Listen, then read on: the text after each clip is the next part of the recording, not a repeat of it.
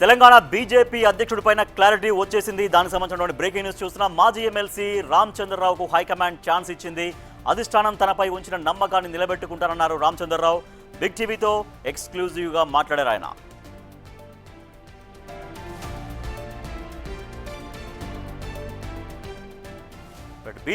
Telangana BJP రాష్ట్ర అధ్యక్షుడిగా మాజీ ఎమ్మెల్సీ అయినటువంటి ఎన్ రామచంద్రరావుని బీజేపీ అధిష్టానం ఫైనల్ చేసింది. ఆయన బిగ్ టీవీతో ఎక్స్క్లూజివ్గా మాట్లాడారు. ఆ డీటెయిల్స్ మా ప్రతినిధి వెంకట్ అందిస్తారు. తెలంగాణ బీజేపీ అధ్యక్ష ఎన్నికకు తెరపడిందని చెప్పుకోవచ్చు.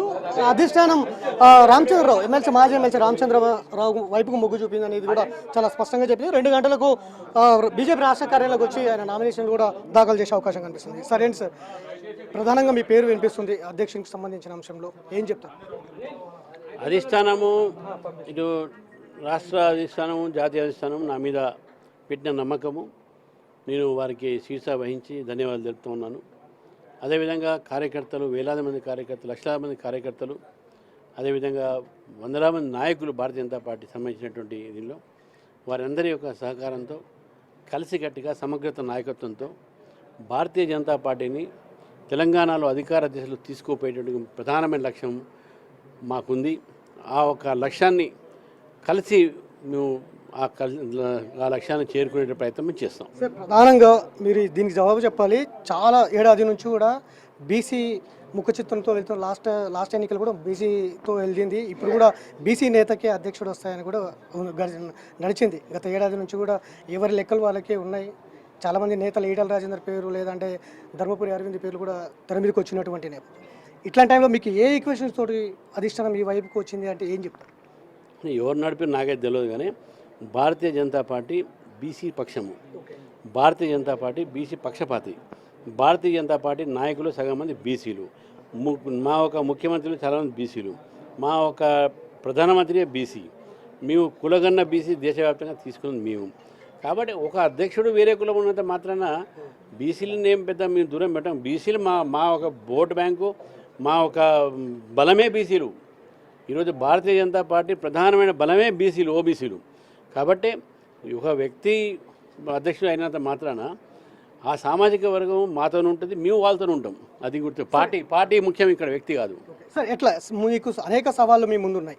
స్థానిక సంస్థల ఎన్నికలు కావచ్చు, లేదంటే రాష్ట్ర నాయకత్వం ఎట్లా కలుపుకొని వెళ్తారు అనేది కూడా ఇప్పుడు ప్రశ్న వస్తుంది. తప్పకుండా పార్టీలో అందరు మంచి నాయకులు ఉన్నారు, మంచి సహోదరులు ఉన్నారు. అందరూ సమగ్రత నాయకత్వంతో పార్టీ ముందుకు పోతుంది. ఎక్కడ కూడా వివాదం లేకుండానే పార్టీని, ఎందుకంటే అందరి లక్ష్యం ఒకటే, బీజేపీని అధికారం తీసుకొని రావాలి. తెలంగాణ ప్రజలు కూడా బీజేపీ అధికారం రావాలని కోరుతూ ఉన్నారు. కాబట్టి ఆ మేరకై మేము పనిచేస్తాము, కలిసి పనిచేస్తాము. ఎక్కడ కూడా ఎటువంటి ఒక మాకు ప్రాబ్లం ఉండదని చెప్పేసి, నాకు ఎవరు కూడా ఒక గ్రూప్ అటువంటి నాకు లేదు. అందరూని నేను వాళ్ళ నాయకత్వంలోనే పార్టీ ముందుకు తీసుకుపోతాం. సార్, నాయకత్వం సహకరిస్తుంది అనుకుంటున్నారు సార్? ఇప్పటికే కొత్త పాత అనేది వేరియేషన్ ఉంది పార్టీలో చూస్తున్నాం. సహకరిస్తుందా రామచంద్రరావు కంటే ఏం చెప్తారు? రామచంద్రరావు సహకరించేది కాదు, పార్టీ తల్లి లాంటిది. మా దగ్గర ఒక సంస్కారం ఉంది, తల్లికి ఎవరు మోసం చేయరు, అందరూ పార్టీ కోసం పనిచేస్తారు. ఇది రామచంద్రరావు వ్యక్తి ఇక్కడ కాదు, ఇక్కడ ఇది పార్టీ. కాబట్టి అందరం కలిసే పనిచేస్తాం, అందులో అనుమానం ఉండాల్సిన అవసరమే లేదు. సో ఇది ఖచ్చితంగా అధిష్టానం, అది జాతీయ పెద్దలు కావచ్చు, రాష్ట్ర నాయకత్వం కావచ్చు, ఇచ్చిన ఆదేశాలు కావచ్చు తూచా తప్పకుండా అమలు చేస్తాం. ఖచ్చితంగా పార్టీ తల్లి లాంటిది, ప్రతి ఒక్కరూ సహకరిస్తారు అనే నమ్మకం అయితే ఉంది.